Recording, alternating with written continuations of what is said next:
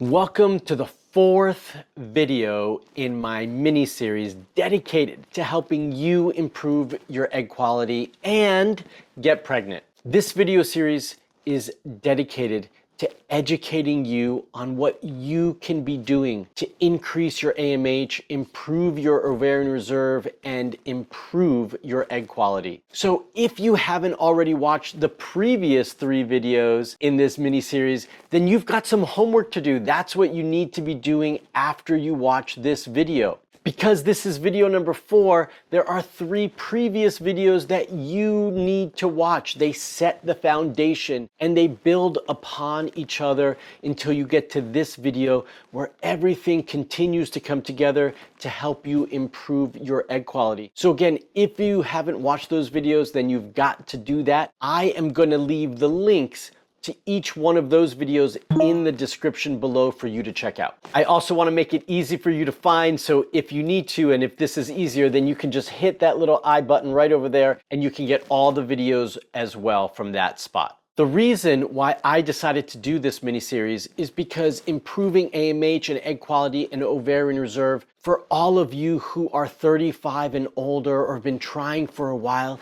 is the most important and the most common question that I get asked. So I wanted to put all the resources together in a series of videos to make it easy to digest and easy for you to start to make changes. But this video series has also been so well received that I wanted to even add more value to all of you. So I have created a free masterclass to teach you exactly that and to dive deeper into this topic, because I can't always address all those details in these videos, and more importantly, I can't answer all your questions in these videos. So in this free masterclass that's coming up, I'm going to dive deeper, and at the end of it, I'm leaving time to do a Q&A to answer your questions as well. But you've got to register to join me for that masterclass. And to do that, the link to register is in the description below. So make sure you hit that link to register for the free masterclass on improving your egg quality and improving your ovarian reserve.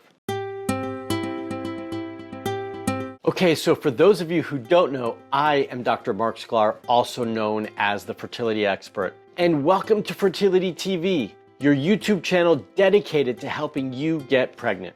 I've been working with couples from all over the world for over 18 years through my online coaching programs and right here in San Diego at both of my clinics. And I want to support you too, which is why I have done this video series to educate you and help you get pregnant. So let's get into it. Okay, so in this video, we're going to talk about some key things that you can be doing to improve your ovarian reserve. I like to call this ovarian rejuvenation. You may have heard the term. And there are some key things that often get discussed or brought up and that many of you want more answers for when we start talking about ovarian rejuvenation. The first one is PRP. So I'm going to dive a little bit deeper into that topic today. And the second one is supplements. Yes, I always get these questions. What supplements should I be taking to improve my egg quality and ovarian reserve? So I'm going to jump into that as well. So ovarian rejuvenation is something that many of you ask questions about when you've also been posed with the choice of donor eggs. Now, it's always a difficult choice. It's always a difficult conversation, and really, who wants to use donor eggs if we don't have to? So why not look at all the options we can before we have to turn to that option? Now, I have nothing against donor eggs. I think there's certainly a time and a place for it. And I've seen it help many, many couples achieve the family that they have always dreamed about. But if we have some opportunity to improve your ovarian quality and reserve, before we move on to egg donor, then why not take advantage of that? And that's where we start the conversation of PRP. So if we can improve the number of good quality eggs that we have available to be used, fertilized, and turned into hopefully beautiful embryos, then our chance of needing donor eggs decreases significantly and our chance of having a healthy pregnancy increases dramatically. So we want those chances, and again, that's why we're going to be talking about PRP today, which is platelet-rich plasma. So in PRP, we take the platelets, we take the blood and the platelets from your blood, not somebody else's, it's yours, okay? And in the lab, they're extracting these platelets to make them specifically able to be used to inject into the ovaries. Now, platelets are critical for blood clotting. And so when we extract these, that's what they're going to be extracting from the blood is the platelets. When you go in to have this done, they're going to withdraw your blood. They're going to take a sample of your blood out. They're going to put it into a centrifuge to spin it, which allows the platelets to be separated and removed. The platelet-rich plasma, the PRP, is then separated, and then they're going to take that and under the guidance of ultrasound in the operating room, they're going to use ultrasound, and then they're going to take the platelets and they're going to inject them into your ovaries. And that's exactly what's being done. Now, PRP has been used for quite some time for many, many different conditions, but using it for ovarian rejuvenation, improving egg quality, and using it for fertility is relatively new and something that's been starting to be used in the last several years, upwards of 5+ years, really more commonly in the last 5 years. But PRP in and of itself is not new. It's been around for quite some time. So then we have to ask ourselves the question, now that we know what it is, who is it good for? So if you fall into these categories, then you are a good candidate for PRP, and it's something that you should potentially consider. Now, before I get into that, I do want to make everyone aware, any medical interventions that we decide to use potentially has some side effects. PRP has minimal side effects, but we have seen at times that if you don't respond to it, if you're not the right candidate for it, that it can actually lower AMH as well. So we do want to make sure that you're the right candidate for it and that this is the right thing for you, which I would suggest for all of you that you do speak to your local provider or whatever clinic you're choosing or you may choose to initiate the PRP to see if you qualify and if it makes sense to be utilized for you. So if you're considered too old, now I'm sure that varies for all of us, right? Because we don't always feel old. But my qualification for this is if you are 40 and above, then this may be something that you should consider. The other qualification for PRP is if your AMH is too low. So in my book, that is under 0.5. So 0.5 or below, then PRP should be something that you may want to consider and look into. Anytime we start talking about egg quality, we always mention FSH. So if your FSH is too high, then this also may be a reason to consider PRP. And the last two reasons is if you're not producing enough eggs or your embryos routinely are abnormal. Now, obviously, the more of these areas that you can check off, the more of a reason why PRP would be appropriate for you. But it still may be something that you should consider if you check off one or two of those boxes. A while back, I did an interview with a doctor that does quite a bit of ovarian rejuvenation and is really leading the push for ovarian rejuvenation and the different types of PRP that you can be doing. If you want to watch that video and educate yourself more on this topic, then I suggest you check out this video right here. I'm going to make it easy for you. One of the natural and favorite ways that I love to support ovarian rejuvenation, egg quality, AMH, and reserve is through supplementation. Now, I get these questions all the time. What should I be taking? What supplement should I take? Which one's gonna help my egg quality? Which one's gonna improve my AMH? I wanna first start off by saying that as much as I love supplements and believe in them, we have to have the right supplement plan for each individual person.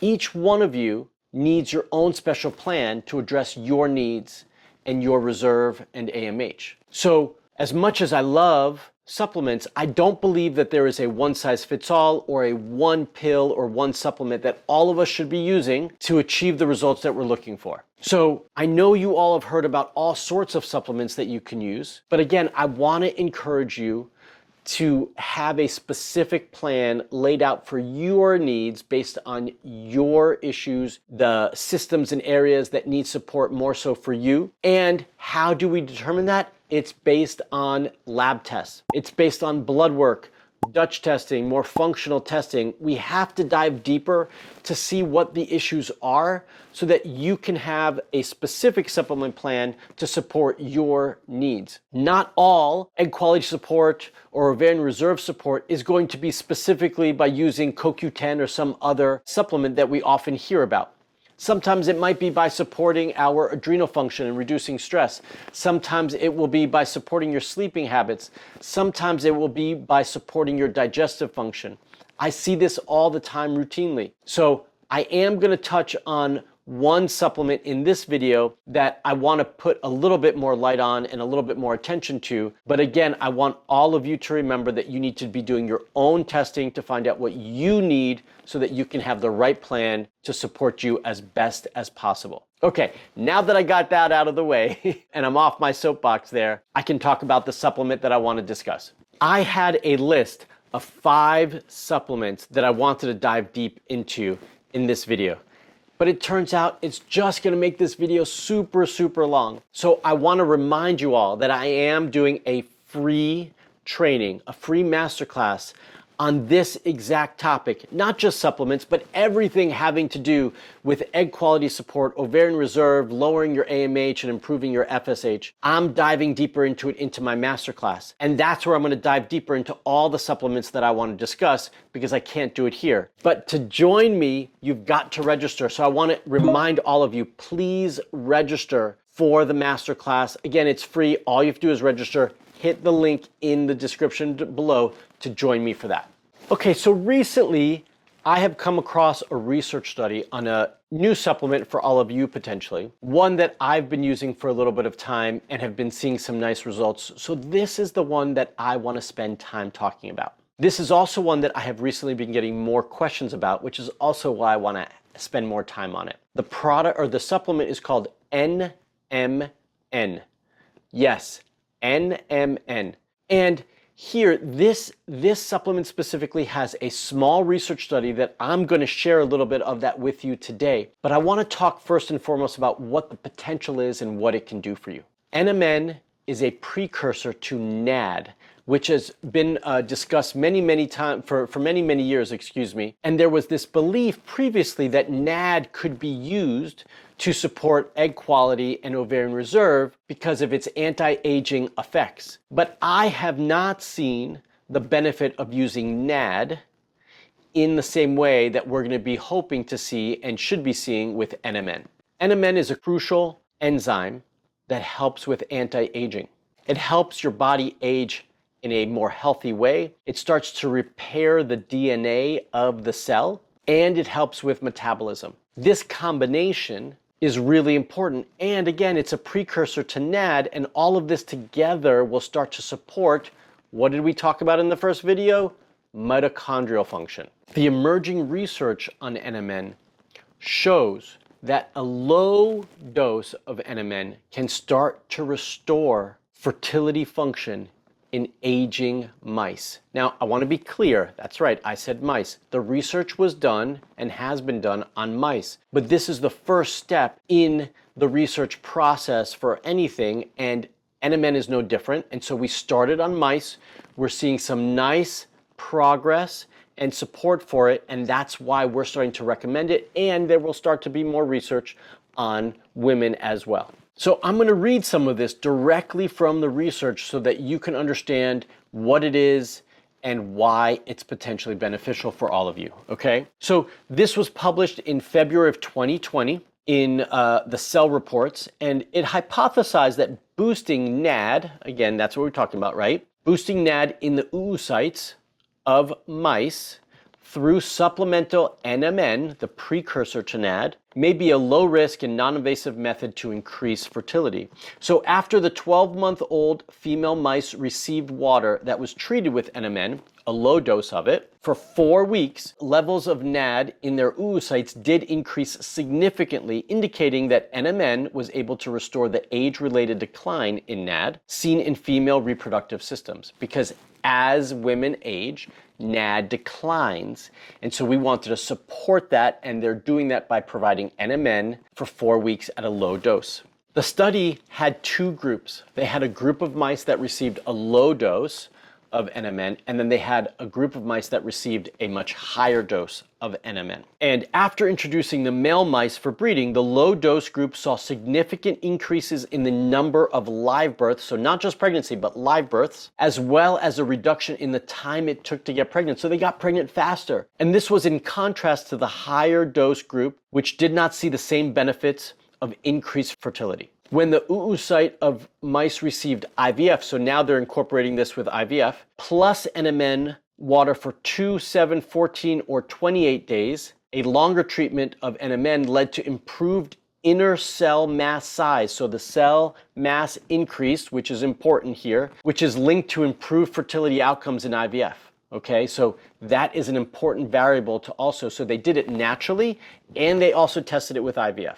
So this is key here, and I want to read this directly from it. The improvement in embryo development solely in the aging mice suggests that NMN supplementation during IVF in younger years may not provide the same therapeutic benefit, likely because NAD levels have not yet declined. So this is an important piece because I know everybody watching, young or old, good numbers or not, are going to want to take NMN to support their fertility journey. And what this research shows is that it's only beneficial in older mice with numbers that are lower. So lower AMH, lower ovarian reserve, lower egg quality. If you are younger, your numbers look fine, you don't need it. We don't always need to take supplements to support things, especially if things are working well. So I want to make sure that you all understand that. Not everybody should be reaching and running for this. The other distinction that needs to be discussed is the dosage. I already mentioned it a couple times and I was trying to emphasize that, but as much as a high dose of NMN did increase NAD blood levels, it did not change any outcomes on the fertility process. But a low dose of NMN not only increased NAD levels, but did improve pregnancy rates and the speed in which the pregnancy occurred. So I want all of us to remember this as well. We live in a society and a culture that we often reward more. We think that more is always better. This is an example that more is not always better. A low dose in this situation was really what was optimal and needed to achieve the results that we wanted. So again, my point here when we start talking about supplements is I want all of you first and foremost to have your labs tested so that you know what you need as an individual. And then I want you most of all to work with someone who can really guide you properly on the dosages and the supplements that you need for your specific case. NMN is something that may be beneficial for many of you watching, just like PRP may be beneficial for many of you watching, but these are not beneficial for everyone. So you need to consult with someone to get the right guidance for you. And now I want to hear from you. What did you learn from this video? Leave a comment below and let me know.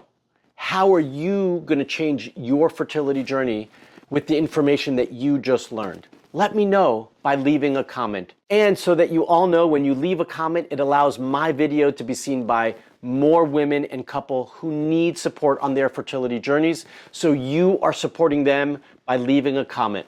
Now, as I mentioned, I can't talk about everything in this video, which is why this is one piece of my mini series, and I've got another video coming up next week that's also part of this mini series. But if you've missed any of the videos that I've previously shared, you can find the links for those in the description below, so make sure you check those out. And as I also mentioned, I couldn't discuss everything I wanted to in this video because it would have just made it way too long. So I have created a free masterclass on AMH, on ovarian reserve and egg quality, and everything that you can be doing. All the details I couldn't share in these videos, I'm going to be sharing in that masterclass. But you've got to register to join me for that masterclass. If you feel like you're ready to get started to support your fertility journey and have a personalized plan to suit your needs before you ever come to that masterclass, then you can apply to work with me and my team in my Hope Fertility Coaching Program. All you have to do is fill out the form, and the link for that is also in the description below.